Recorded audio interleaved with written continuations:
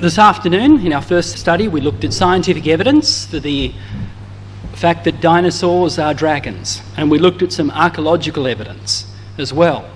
Various sites all around the world, different times, different cultures, all depicting what look like dinosaurs to us, but are in fact dragons. This afternoon we want to have a look at the Bible in this study, the biblical case as to why dragons coexisted with man.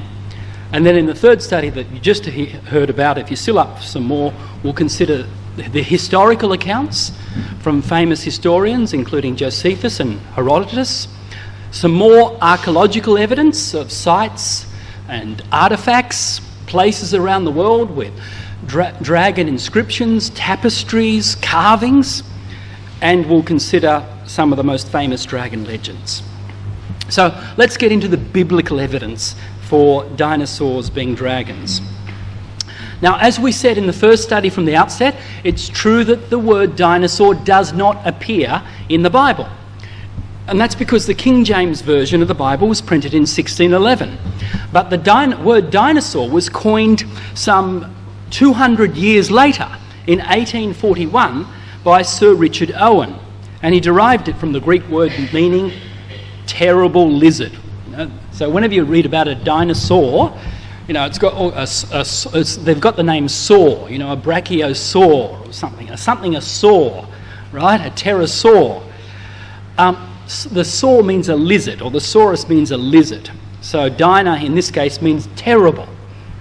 So a terrible lizard, and he did that after seeing the fossil bones of a iguanodon and a megalosaurus. Again, there's the word saur in megalosaurus, some type of lizard. But the point is, before 1841, history books and scientists called these creatures dragons.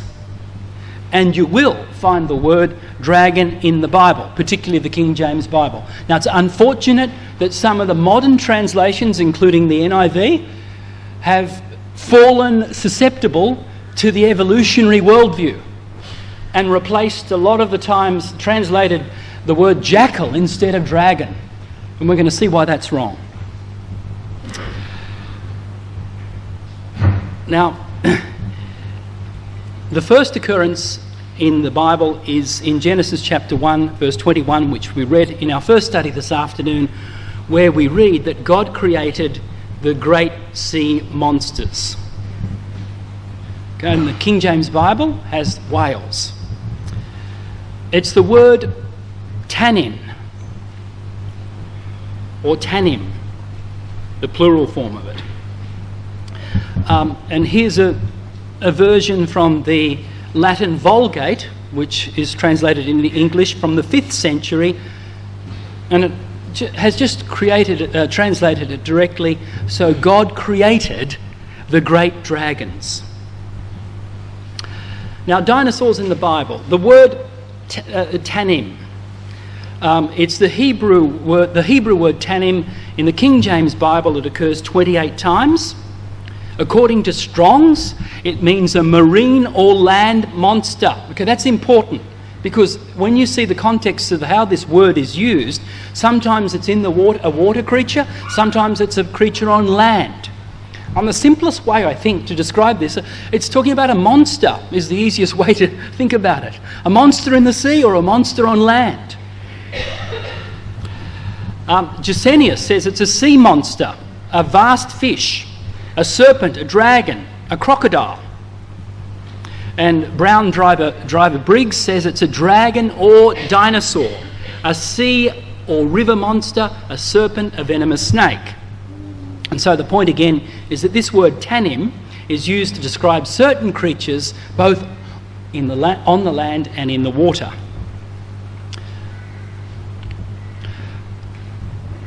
Now, if we look at all the occurrences in the King James Bible, we see it comes out a total of 28 times, the word tannim. We have 15 occurrences of the word dragons, plural. 6 times it's dragon in singular. 1 time it is translated monsters in Lamentations 4 verse 3 as a monster. 2 times it's translated as a serpent. I'm going to look at these occasions. And 1 time as serpents, plural. 2 times we have whales, singular, in Job and Ezekiel. And then in Genesis chapter 1, whales, plural. And so again, you get the picture. It's in Hebrew, it's one word, okay? It's like when we say that nephesh is one word. It's translated various ways, isn't it? Soul, heart, mind, body. Okay? Well, it's the same with tannin. It's just one word in the Hebrew, but it's being translated by different words. But what's clear is it's a creature that can be in the water or on the land. So again, I think the best way to simply describe it is it's a monster. Okay? A great big creature is the way the Bible's describing it, either in the water or on land. And then the root word, which is tan, occurs twice as well. It's the Strong says it's from an unused root, probably meaning to elongate, a monster. That is a sea serpent or another huge marine animal. And also a jackal, and that's based on the various translations which say it's a jackal, but we'll look at that in a minute. Again, for this word, Brown Driver Briggs says it's a dragon, maybe the extinct dinosaur, the plesiosaurus, or the whale. Okay, now there's an honest assessment. And this word occurs once as a dragon, in Malachi 1 verse 3 as a land creature, and then in Ezekiel 32 verse 2 as a sea creature. So the same point here. Okay, so 2 occasions of the word tan, 28 occurrences of the word tannin. So in all we've got 30 occasions. Okay, now has anyone got an NIV? Does anyone use a modern translation? Because when we read these verses, you'll often come across the word jackal instead of a dragon. Now, one example here is in Malachi chapter 1 verse 3, where the King James Bible says, I hated Esau and laid his mountains and his heritage waste for the dragons of the wilderness. But in the NIV it says, Esau have I hated, and I've turned his hill country into wasteland and left his inheritance to the desert jackals. Okay, now what's right? Well, if jackals is a correct translation of tannin, the problem is the same word is used to refer to sea creatures and serpents as well. For example, in Isaiah 27 verse 1, it says, in the day that the Lord with his sore and great and strong sword shall punish Leviathan, the piercing serpent, even Leviathan, that crooked serpent, and he shall slay the dragon that is in the sea. Or what does the NIV do with that? Well, conveniently, they've said, well, it's obviously not a jackal. A jackal can't live in the sea, can it?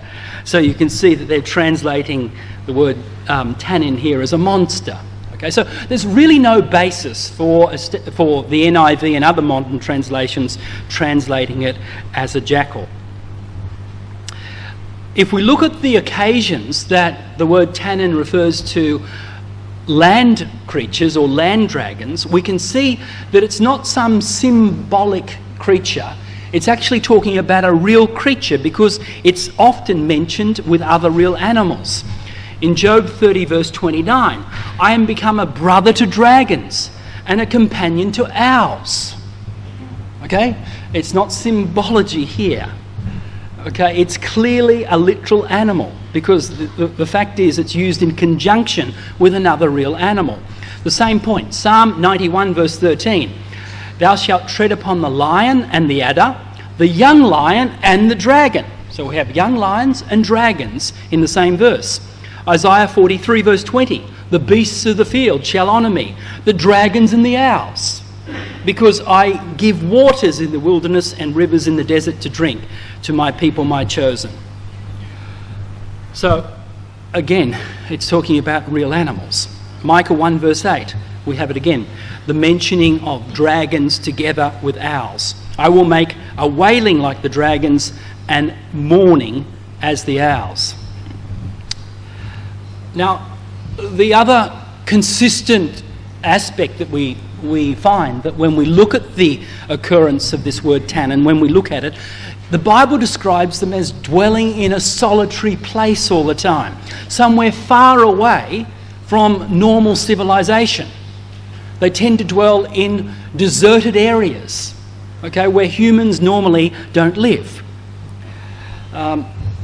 So we read in Psalm 44 verse 19, "Though thou hast sore broken us in the place of dragons and covered us with the shadow of death."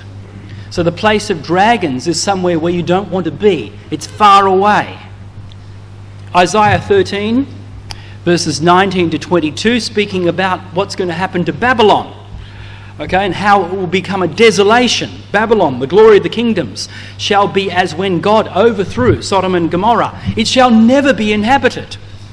But the wild beasts of the desert shall lie there, and their houses shall be full of doleful creatures, and owls shall dwell there. Remember, we just looked at that.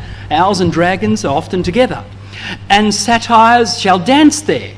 And the wild beasts of the island shall cry in their desolate houses, and dragons in their pleasant places. So Babylon, the prophecy here would become a place where wild beasts would live, including dragons.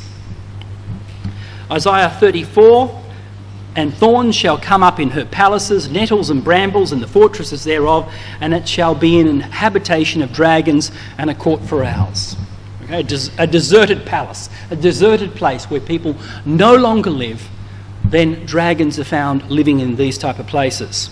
Isaiah 35 verse 7, "And the parched ground shall become a pool." This is a vision of the kingdom, isn't it? Isaiah 35, "And the thirsty land springs of water. And in the habitation of dragons, where it lay, shall be grass with reeds and rushes." So the deserted place will no longer be there. The place where dragons used to live, in a desert place, well, in those places in the kingdom, there's going to be grass with reeds and rushes. You get the point? There's more. In the book of Jeremiah, we have copious references to this fact. Prophecies about what's going to happen to Jerusalem. Jerusalem will become a heaps, a den of dragons, and I will make the city of Judah desolate. Chapter 10, verse 22. Again, to make the cities of Judah desolate and a den of dragons. Jeremiah 49, verse 33. Hazor shall be a dwelling for dragons, and a desolation forever. Jeremiah 51, and Babylon shall become heaps, a dwelling place for dragons, an astonishment, a hissing without an inhabitant. And that verse is important because, I don't think jackals hiss.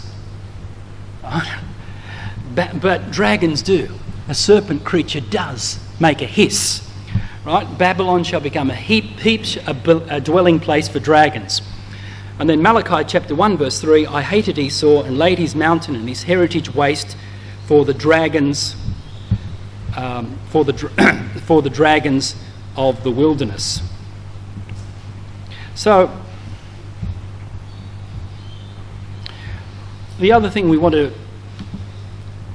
establish here is that, now we've talked about the land creatures, well, what about the marine dragons, in the sea?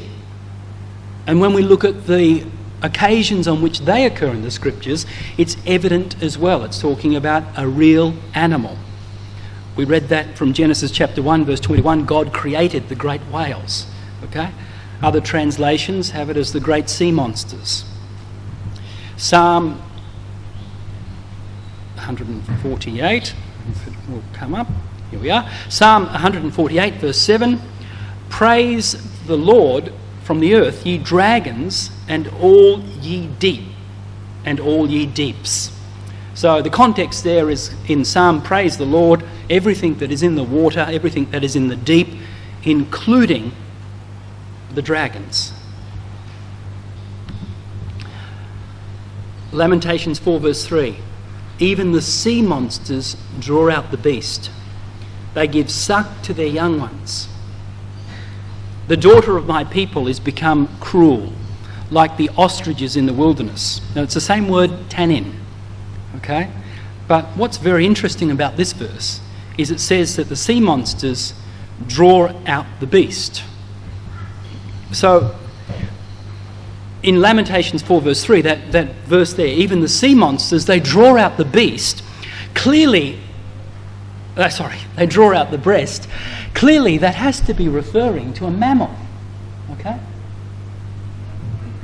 It can't be referring to a reptile, because reptiles lay eggs. Mammals, right, have babies like humans, and the mother feeds them with her milk. But here's the Bible telling us that the sea monsters, the creatures in the sea, these great creatures, they draw out the breast and give suck to their young. Now, it's interesting that the common sea creature of a dragon is called a plesiosaur, right? A plesiosaur. We looked at the Aborigine painting of one before in the earlier session. Now, it's got the name saurus in it, hasn't it? Which means a lizard. So, from a long time, the scientists believe that this is a reptile. It's not a mammal. That's what they've always believed. But look what happened recently. And here's something that made news in 2011, that they found out that the plesiosaurs carried the young like a mammal. Okay, is their latest finding. Okay, so it reads, plesiosaurs, giant marine reptiles that ruled the ocean 75 million years ago, gave birth to single large babies and maybe even nurtured their young according to a new study. Okay, so here's the artist's depiction of the plesiosaur giving birth to its young, what would you call it, a calf? Who's the biology expert here? So, like a whale as well, okay? So, before they thought it was a reptile and laid eggs, but now the more they study things, the more they're finding, oh, actually we were wrong. Okay, this creature's actually a mammal. And this confirms the accuracy of what we just read in the Bible, that these sea monsters draw out the breast for their young. Okay, so isn't that amazing? So science changes all the time. They're continually changing their story about things, but the Bible's got it right from the beginning. Psalm 74, it says in verse 12, "For God is my King of old, working salvation in the midst of the earth. You didst divide the sea by thy strength. You broke the head of the dragon in the waters. You broke the head of the Leviathan in pieces and gave him to be meat to the people inhabiting the wilderness." Now, note what's going on here. What's going on here? This is talking about what the wondrous works that God did in delivering Israel out of Egypt. And he's pointing to two things that are wonderful, two things that are humanly impossible. The first thing God did was he divided the waters so that the children of Israel could walk through. The second thing he did that man cannot do is he broke the head of the dragons in the waters. And he gave it to meat for the people. Okay? Now, if that's impossible to do, just like it's impossible for man to divide the waters, then this had to be a huge creature, okay, that God destroyed and gave it to be meat to the people inhabiting the wilderness. So this is one of these little bits of additional information we learn in the Psalms about what happened when the children of Israel came out of Egypt. Isaiah 51 verse 9, "Awake, awake, put on thy strength, O arm of the Lord. Awake as in the ancient days, in the generations of old. Art thou not it that hath cut Rahab," which is a name meaning pride, "and wounded the dragon? Art thou not it which dried the sea, the waters of the great deep, that made the depths of the sea a way for the ransom to pass over?" So again, okay, you've got the same point being made here in Isaiah, that God did two great things, okay? He wounded the dragon, he destroyed the dragon, and he made a way through the sea for the people to walk. Now, often in other places you can say that that's symbolic language, that Rahab and the dragon, God destroyed them. It's speaking about sin. It's speaking about the destruction of Egypt. That's true. but it's based on something that literally occurred. Okay, so the symbology is based on an actual event that occurred. And so there's many other verses in the Bible that are along those lines. The symbology is based on reality. So Isaiah 27 verse 1, we have the words that in that day Yahweh with his sore and great and strong sword shall punish Leviathan, the piercing serpent, even Leviathan, that crooked serpent, and he shall slay the dragon that is in the sea. Now this may be applying, okay, in a symbolic sense, okay, to the nations. But it's based on something that actually occurred literally. It's based on real animals. Ezekiel 29 verse 3 says, "Speak and say, thus saith Yahweh the Lord God, behold, I am against thee, Pharaoh, king of Egypt, the great dragon." Okay, so Pharaoh's aligned with a dragon. Okay, but again, it's symbology that's based on a literal animal. Ezekiel 32 verse 2, "Son of man, take up a lamentation for Pharaoh, king of Egypt, and say unto him, Thou art like a young lion of the nations. Thou art as a whale in the seas." Okay, now here's the same word tannin, okay? But the translator on this occasion, the King James Version, haven't used the word dragon, they've used the word whale. Now it's symbolic, isn't it? Obviously it's a symbolic verse, but here they've used the word whale. Now just like whale is a real animal and it's got a symbolic application, so in these verses we're looking at here, dragon is a real animal, but it's being used as in a symbolic sense to represent Egypt and other nations. Jeremiah 51 verse 34 says, Jeremiah 31 verse 54, "Nebuchadnezzar the king of Babylon hath devoured me, he hath crushed me, he hath made me an empty vessel, he hath swallowed me up like a dragon, he hath filled his belly with my delicacies, he hath cast me out." Okay, so obviously that's symbology, but for a dragon it's talking about a huge beast that literally could swallow you up. Okay, that literally could do that. And Jeremiah in his prophecy is saying that's what Nebuchadnezzar has done to Israel. He's crushed them, he's made them like an empty vessel, he's swallowed them up like a dragon. Just in a moment, and there's nothing you can do about it because the dragon is so strong. Okay, now let's come to another interesting usage of the word of tannin, and that's in Exodus chapter 7 and verse 8 to 12.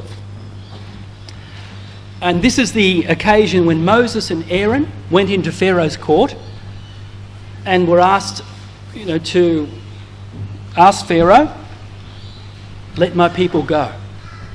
The children of Israel, it's time for them to leave Egypt. Okay, and we know that God gave them some signs that they could prove to Pharaoh that God was with them. And one of them, of course, was the rod that Moses held, that if he threw it on the ground, it would turn into a serpent.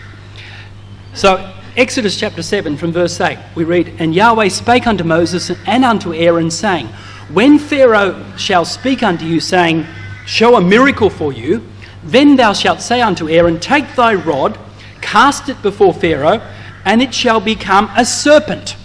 Okay, the word's tannin. It's the same word as dragon.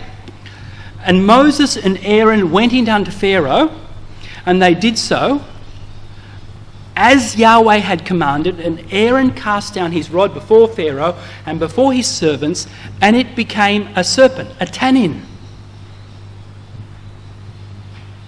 Verse 11, "And then Pharaoh also called the wise men and the sorcerers, and now the magicians of Egypt, and they also did like manner with their enchantments, with the show of smoke and mirrors and tricks that they were able to do. They were able to produce the same animal. But what was the animal? Verse 12, "For they cast down every man his rod, and they became serpents," they became tannin. "But Aaron's rod swallowed up their rods." Now, this is interesting because it's not saying the word serpent here is not the same as Moses in front of the burning bush. When he threw his rod down there, it became a serpent. It's a different word. Rotherham translate this word as a sea serpent here. Young's literal version renders it as a monster, became a monster. And just to confirm this, let's have a look back in Exodus chapter 4, verse 2 to 4, at the occasion at the burning bush. And Yahweh said unto him, Exodus chapter 4, verse 2, "What is that in thine hand?" And he said, "A rod." Verse 3, and he said, "Cast it on the ground." And he cast it on the ground, and it became a serpent. And it's the Hebrew word nakash. And Moses fled from before it. Okay? This is the same word, right, that is used it's the Hebrew word nakash 31 times in the King James Bible, and it's always translated serpent. And it includes the serpent in Genesis chapter 3. So clearly it's a different word. So what happened in front of the burning bush, the creature that when they cast the rod down there, was a serpent. Nakash, no doubt about it. But when Moses cast the rod in Pharaoh's court, it's Tannin. It's a different word. So perhaps what went on in Pharaoh's court was a lot more interesting, okay, than we think. It wasn't just snakes, it was something more interesting.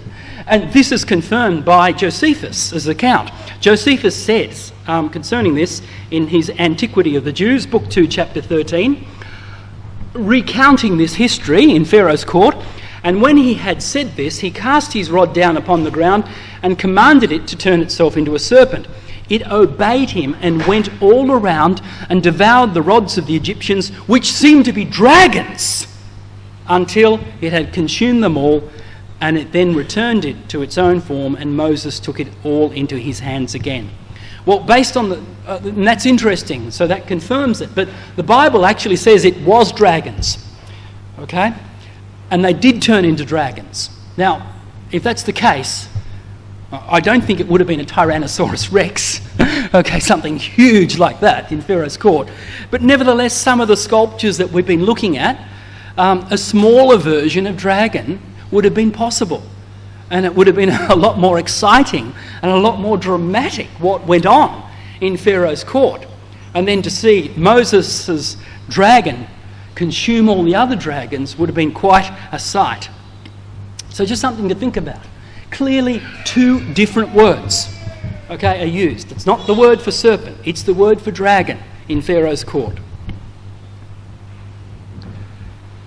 Okay, let's move on to our reading for this afternoon, which is Job chapter 40 and verses 15 to 20. The first animal that we read off was the Behemoth. So the question we first must ask, is this a metaphorical or a real animal? Is it a symbol or is it a real animal? Well, if you look at the context in Job 39, Job is relating a number of real animals, including wild goats, the ostrich, and the eagle. So the context would indicate that it's talking about a real animal. It's described in verse 15, this behemoth, as being made by God and contemporary with man. Now, I think the common view in the Brotherhood so far is that the behemoth is either a hippopotamus, or an elephant. But the problem is, how do we explain verse 17, where it says it's got its tail is like the cedar tree? So it's more likely, I think, to be the Brachiosaurus or the Apatosaurus. There's a number of names for these ones. Some people call them the Supersaurus or the Argentinosaurus, the one that's found in Argentina. Saurus, lizards, great big lizards, okay? And let's have a look at the evidence for this, if we look again at Job 40 in these verses. Here's a quote from a newspaper, and it talks about this, naming this animal. They found the bones at the Dinosaur National Monument belong to a type of sauropod, a long-necked plant eaters, said to have been the largest animal ever to roam land. And Job here, I beg your pardon, I didn't bring that out. Now you can read it. So what Job says in chapter 40 in verse 19, he is the chief of the ways of God. The RV puts it, he is the largest and the strongest of the ways of God.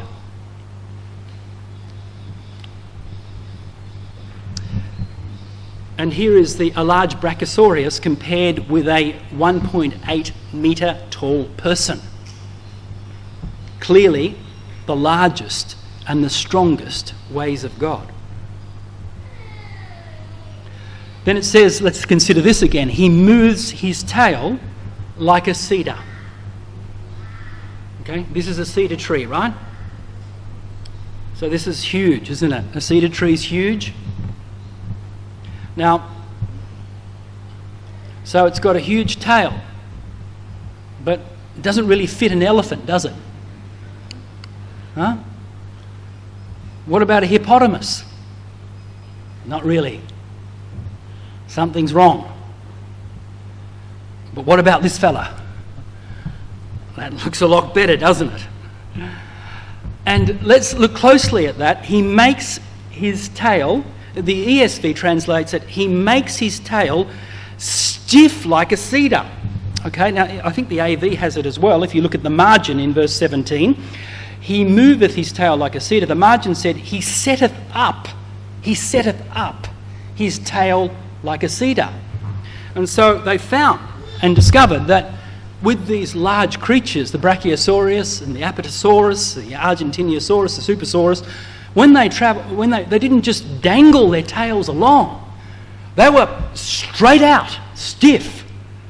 Okay, and so modern pictures now in modern books like these, they draw them with stiff tails, exactly as it's described here in Job.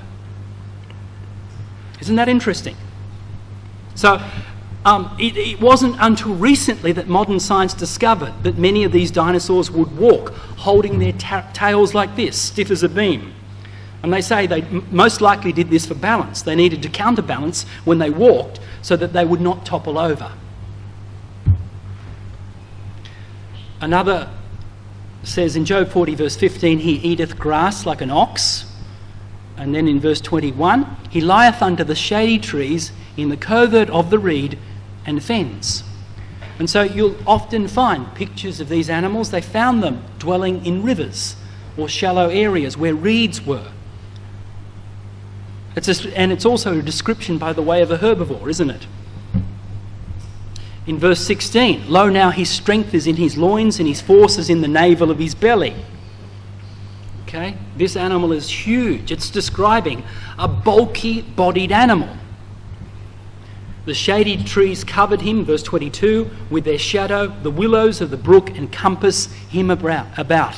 I mean, there's so many pictures like this where you find this, the paleontologists and historians, just the evolutionary viewpoint, they say this is the environment in which this creature lived. Now if we have a look at verse 18, it says, his bones are as strong pieces of brass, his bones are like bars of iron. Well, that's interesting. Now, here's what one man in America has done. He set up this especially. Basically, he had one bone, one fossil, I think it's the one he's holding, and from the dimensions of that, he was able to extrapolate the rest of the leg. Okay? Look at the size of it. Okay?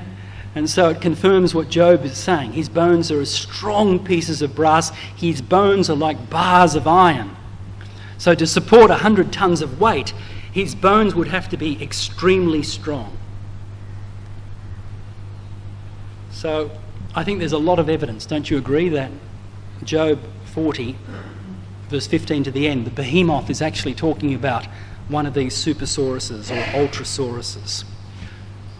Let's move on to the Leviathan. Now this is a bit harder. It's been a bit harder for me to come to grips to what type of animal this could be.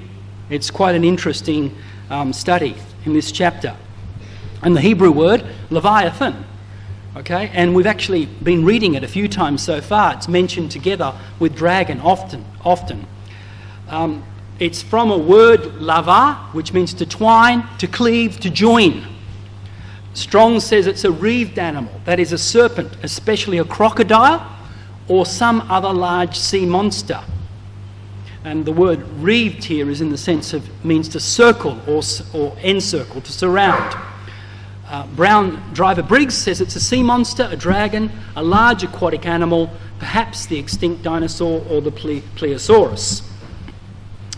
And in the King James Bible, it occurs 5 times, and 6 times, and on 5 occasions it's Leviathan, and in Job 3 verse 8 it's translated as mourning, in the sense as, look, if you raise this creature up, you'll be dead, you'll be mourning, people will be mourning for you. It's so fearful. Now,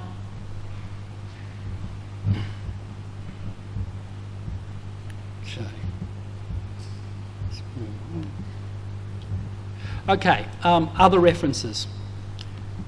In Job 3 verse 8 it says, let them curse it that curse the day, who are ready to raise up their mourning.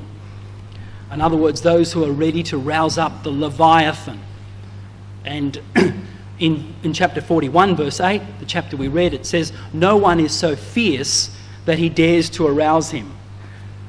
Psalm 74 verse 14, thou breakest the heads of the Leviathan in pieces, and gavest him to be meat to the people inhabiting the wilderness. We already read that to point out this was a great work that God did that humans can't do.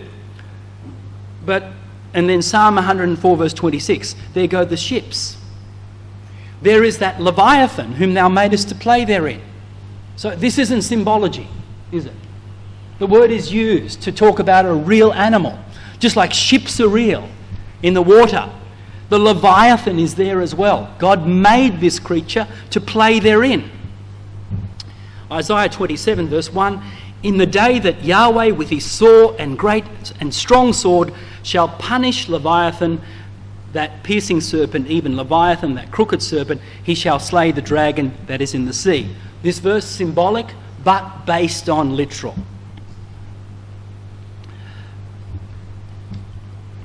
Now, if we come to specifically to have a look at how this creature is described in Job 41, it's a creature that lived in the water, at least partially. And we know that from verse 1, it says, can you draw him out with a hook? Right? Talking about fishing. Can you go fishing and catch this one? Verse 7 refers to fishing spears. Verse 31, we have references to this creature being in the deep, in the sea. So it's clearly a creature that can live in the water. Verse 1 to 5 says it could not be captured. Verse 6 to 17, the summary of that is that man could not kill it for food. But the psalm says God did it. In verse 18 to 22, his breath kindled coals and fire came out of his mouth. Well, that's interesting. I'll talk about that in a second. And his skin was too tough for spears or arrows. And his belly is like sharp stones. Potsherds in the ASV translation. In other words, like broken pieces of pottery. And verse 29 to 34 say he was the king of the beasts. Now, a lot of translations and a lot of people studying this suggest that this animal is the crocodile. But you think about that, well, it can't be the crocodiles we know, because you can capture them. You can throw a spear through it, right? You can kill it for food. Its skins, it's tough, but still, spears and arrows will break through it. So it can't be a crocodile. Well, what about Brown Driver Briggs' suggestion before of a Plesiosaurus or a Kronosaurus? Is another word. This is the family of the pliosaur or the Kronosaurus. You can see how huge they were. Great big creatures, weren't they? Bigger than a whale, even bigger than a T-Rex. Just enormous creatures. But the problem with this is that the Leviathan, we read in Job 41, is not restricted to the ocean. It's able to travel on the land as well. Read carefully, verse 30. His underparts are like sharp potsherds, and he spreads out like a threshing sledge on the mire. So it's telling us about a creature that can walk on the mire, on the mud, if you like. Okay? The NIV says he leaves a trail in the mud like a threshing sledge. So it's obviously a creature in the sea that's able to come out of the water, isn't it? So what type of creature are we talking about? Now, I think a crocodile is the right idea, okay? But a very different crocodile from what we're acquainted with. This one is called a Sarasuchus. It was a huge crocodile, absolutely huge. And here we have the diagram of it. The smaller size of this Sarasuchus compared to a 1.8 metre tall person. And we read in Job 41 verse 15 that his scales are his pride. They're shut up together as with a close seal. His back is made of rows of shields. Can you see the picture here? This was from a National Geographic article on the Sarasuchus, the picture. Look at the shielded armour, okay? From its neck all the way down, through its body, all the way through its tail. And they call these bony plates that it had osteoderms, okay? The largest of which were 1 metre or 3 feet long. And scientifically they referred to them as scutes. And they served as armour above the skeleton that would have helped support its great mass, okay, but also restricted its flexibility. So Job 41 verse 13 says, who can strip off his outer armour? Who can come within his double mail? I mean, this is accurately describing this creature. And here's a diagram of how these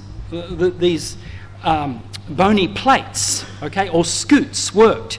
You can see here it's got the main skeleton running down the spine, but on top of that it had these bony plates or scutes all the way down. And so the National Geographic article said, gorgeous armour, describing this creature, mused paleontologist Hans Larsen, examining a stack of foot-long bony scutes that looked like roofing tiles. These would have provided an impermeable shield over the supercroc's neck, back and tail. Interesting, isn't it? Okay. Now, there's another interesting thing too. It says in Job chapter 41 and verse 31 to 32, I'm quoting the NASB here, it says, he makes the depths boil like a pot. He makes the sea like a jar of ointment. Behind him he makes a wave, a path to shine. One would think the deep to be grey-haired or white. What's that talking about? Well, think about boiling water and the agitation that has occurred. If you have a small bucket, you can easily create agitation in the water. But in the ocean, God is saying that this creature agitates the level of the water, like a boiling pot. He makes the sea like a jar of ointment, just a little jar of ointment or water that you can make turbulence in. This is what this creature does in the sea. And then it says, behind him he makes a wake, a path to shine. What's that talking about? Well, you think about a speedboat. What does it do when it speeds along? What goes behind? A path, doesn't it? Okay? The foam of the water, the turbulence of the water as it goes. And then it says, one would think the deep to be grey-haired. Other translations have it white. Okay? You see what it's describing? Isn't this amazing? This animal in the water was so fast and furious. Just think of a speedboat going along and the white foam exploding out the back through the ocean as this beast moves along. And this is Job's describing it. You know, one would think the deep to have grey hair or white hair. It's turning the water into white foam. So it would have created a massive trail of turbulence and bubbles as it plunged into the water and swam. Now, this is the size of its head, okay, compared to a human. In verse 14 of Job 41, it says, "Who can open the doors of his face? Around his teeth there is terror." Here's another picture. This huge jaw contains 132 thick teeth. Scientists describe them like railroad spikes, and it was formidable. Okay, they could slash, they could hold, they could grab. Okay, and the amount of force that they could exert, the amount of pressure that they could exert to crush something, okay, was enormous. It would be very difficult that once you got caught in its mouth that you could ever get away. And that would be other dinosaurs as well.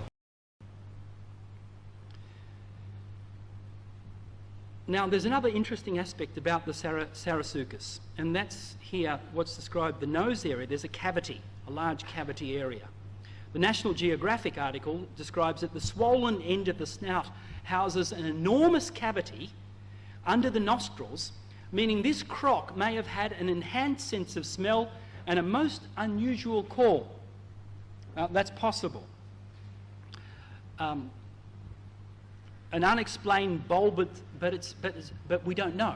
They're saying they don't know. They're just suggesting that's what that huge cavity was there for. So it's got this unexplained bulbous snout with an enormous cavity.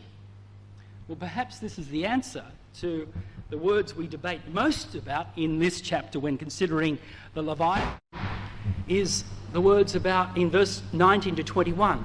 How did it produce fire? Out of his mouth go burning lamps, and sparks of fire leap out. Out of his nostrils goes smoke, as out of a seething pot or cauldron. His breath kindleth coals, and a flame goeth out of his mouth. Now, just think about this for the moment, okay? Is it impossible that some dinosaurs could have breathed fire? Now, one example here is a Parasaurolophus, and here it is a picture. And you look at the cone on its head, like a horn back. And at first they thought with this particular creature that it must be for, fishing, like a snorkel. It could go through the water and, keep breathing and eat fish to its heart's content. But they proved that wrong because there's no hole in it.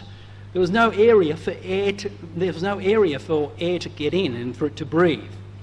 And so one possibility for this particular creature was that was used as a combustion chamber to produce fire.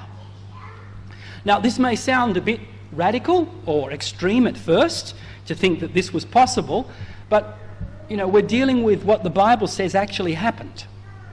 And Job is describing literal creatures and what they could do. Now, if we look around at animals today, we may be able to, our understanding may be helped that certain dinosaurs may have been able to breathe fire. Has anyone heard of the bombardier beetle? Okay. Have you seen a YouTube? You just go home and enter this on YouTube and look at a video of what the bombardier beetle can do to destroy or frighten away a spider 5 times, 10 times its size. Okay? It has an enormous ability for its size to produce a hot ray of gas, hydrogen peroxide, a lethal mix that absolutely terrifies any creature that comes close to it. Now, how God can create this in a little tiny beast, this ability, why can't he create it in a big beast as well? There's other examples, the electric eel. Okay? Does anyone know how much, if you touch one of these, what's the voltage charge you're going to get? 400 volts. Okay? A shock of 400 volts is what you'll get. Okay? And it's amazing that when two of them are mating, they're giving off that shock of 400 volts, but they don't destroy each other. Wonderfully made, fearfully and wonderfully made are the creatures of God. But here's another example of enormous power that God has given an animal that we would think strange, but he's done it. What about the spitting cobra? Okay? It's able to spit out a venomous ray directly into the eyes of the animal or even humans who is approaching it. So the point here is, we can see in nature around today evidence that God has provided certain animals, with ability to give a strong shock, a strong flame of gas. Okay, so if Job describes, in Job 41, the Leviathan as able to breathe fire, then I think we have to believe it and say that, yes, this could actually happen. Okay, and the historical evidence and the legend evidence will confirm that around the world, that they speak about these creatures being able to breathe fire. So again, Job 41 verse 19 to 21, out of his mouth goeth burning lamps, and sparks of fire leap out of his nostrils goeth smoke as of a seething pot of cauldron, his breath kindleth coals, and flame goeth out of his mouth. Okay? It's not acceptable just to symbolise this away. It's speaking about a literal creature. God created, okay, this creature with this ability. Okay? And it's described as one of the most fearful creatures that God made. So that's very interesting, isn't it? Just before we wrap up this afternoon's study, a question is often raised, well, okay, even these creatures right in Job, we're dealing with after the flood, aren't we? So how did they fit on Noah's Ark? Well, this question is often raised. The ark was 15 metres high, and some adult sauropods would have been up to 17 metres high when lying prostrate. And you think about all the different dinosaur kinds and species. Again, we have to listen to what the Bible says. In Genesis chapter 6 verse 20, it says that 2 of every kind of bird, of every kind of animal, and of every kind of creature that moves along the ground will come to you to be kept alive. Okay? And that includes the dragons. So the point is, I think, that they didn't have to take them fully grown onto the ark. They could have been young. They could just babies. And another people argue that all Noah needed to do in certain cases was to take the shell, the eggs on board. So this was possible. Another important thing is not all dinosaurs were big. And so the largest started out small, even the largest started out small. Then they argue that, the evolutionary point of view, that there's too many types of dinosaurs to fit on Noah's Ark. So, for example, with the big, huge beasts, the Behemoth that we considered in Job 40, the Apatosaurus, and there's the Diplodocus, there's the Supersaurus, there's the Argentinosaurus. How are you going to fit all them on? There's too many. Well, you see, the answer to that is that when Noah was told to bring all the animals, he wasn't told to bring all the species on board. He was told to bring of every living flesh, 2 of every sort shalt thou bring to the ark, to keep them alive, male and female, of fowls after their kind. Okay, not every species. Of cattle after their kind. Okay, so with dogs or cats, he didn't have to bring every breed and species of dogs. He just needed 2 dogs. With cats, he just needed 2 cats. Okay? Didn't have to bring everything on board that we see around us in the world today. And so they're different species but the same kind. So for example, in the Ceratopsia world, you have different species but it's the same kind. And when it comes down to it, there's only about 50 dinosaur kinds that Noah needed to bring on the ark. Another really interesting thing about the flood is dinosaur footprints and eggs. All over the world there are dinosaur footprints, okay, that they find. Not just dinosaur fossils of their bones, but dinosaur footprints. Now, how can you have a dinosaur footprint preserved in the rock all over the world, in different places? And there's also eggs as well, with the unborn embryo still there. How on earth did that happen? So here's an example of, dinosaur footprints. And notice it's straight too. They're not wandering around. And wherever these sites where they uncover the dinosaur footprints are there, the dinosaur footprints, it's like it's running straight, in a straight line. But the explanation here is what happened during the flood. Okay? Now, often we think of the flood as the water's gradually rising, okay, in a very straight line. But in actual fact, when you think about it, there would have been plate tectonics, okay? There would have been tsunamis occurring all over the world. There would have been the lunar tides pulling things. There would have been the slow uplifting of the crust as the fountains of the deep were open. So it wasn't, and I don't think this comes out clearly on the slide here, I don't know if you can see it, but what it's suggesting is that the way the water would have risen is it went up and down and up and down, okay? So what the dinosaurs would have done is they would have fled to the higher ground. And the smaller or the younger dinosaurs would have been destroyed first, but the bigger ones would have survived. And so to cut this short, the ground, from all the rain and everything going on, would have been very muddy. So they'd put their footprint in there. And then not long after that, a tsunami would come in, bringing huge sediment, right, and cover their footprint. Okay? So what that would mean then is that their footprint would be preserved in sediment. So that later on, as we see today, that eventually when a rock face is eroded due to wind and various weather effects, these footprints are revealed. So I think I'm just trying to say that the footprints and the eggs are the same, really, is evidence of a global flood. There's no other way that dinosaur footprints and even soft, fragile eggs could be preserved. They were rapidly buried, rapidly covered. Okay? I'm sorry I rushed that a bit, but I hope you get the point. So let's conclude here. God created dragons, dinosaurs, at the same time he created all other creatures 6,000 years ago. Soft tissue and red blood cells found in fossilised dinosaur bones proves that dinosaurs can't be 65 million years old.